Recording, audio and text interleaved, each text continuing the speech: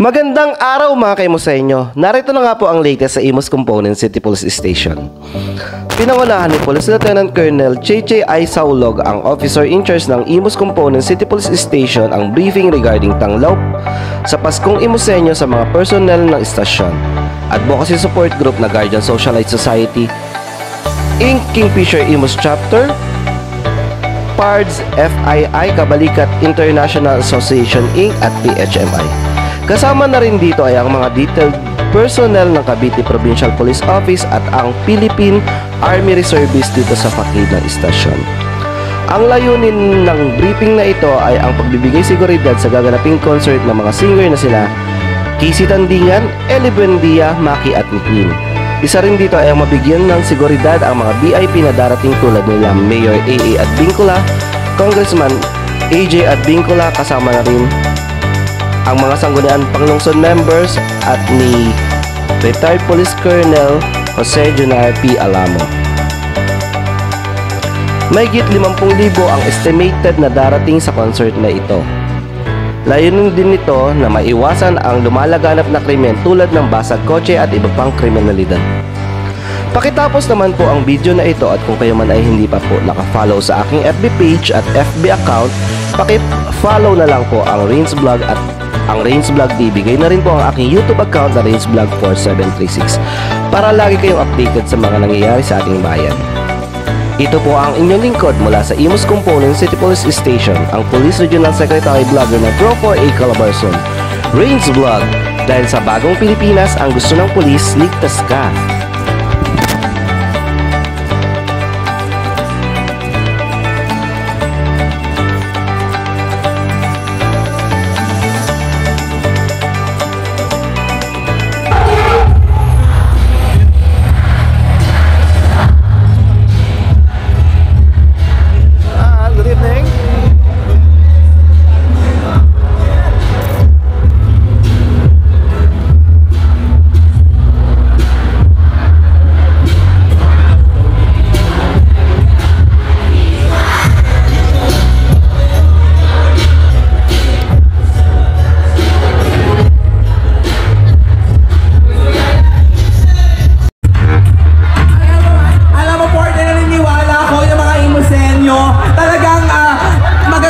Mag-TikTok. Tama ba yun? Yes!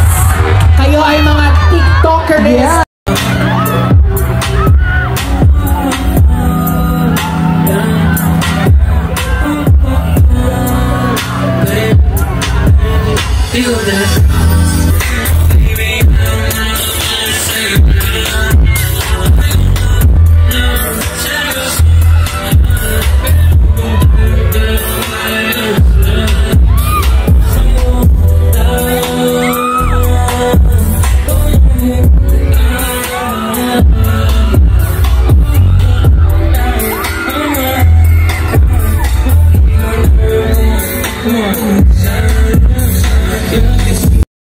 Yung kaso na gawa ng hapto. Hindi!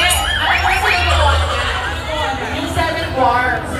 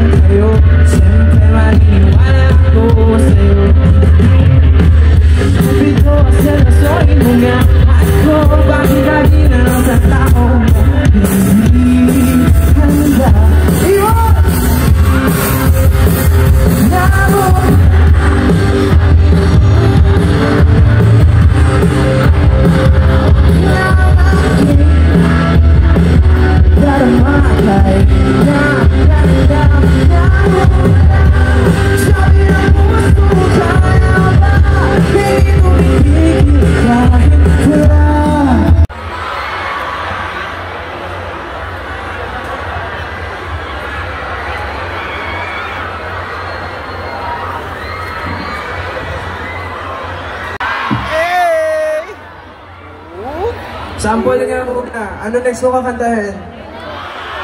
Mukhang din.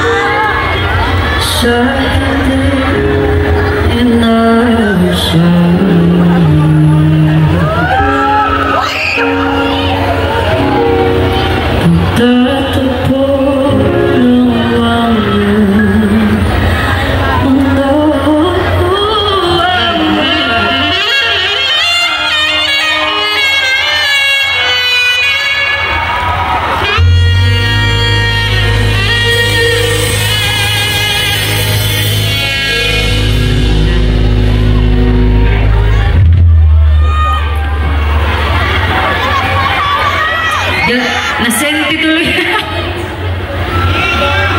Kayo kasi. Kasalanan niyo patuloy. Okay, this next one is very special.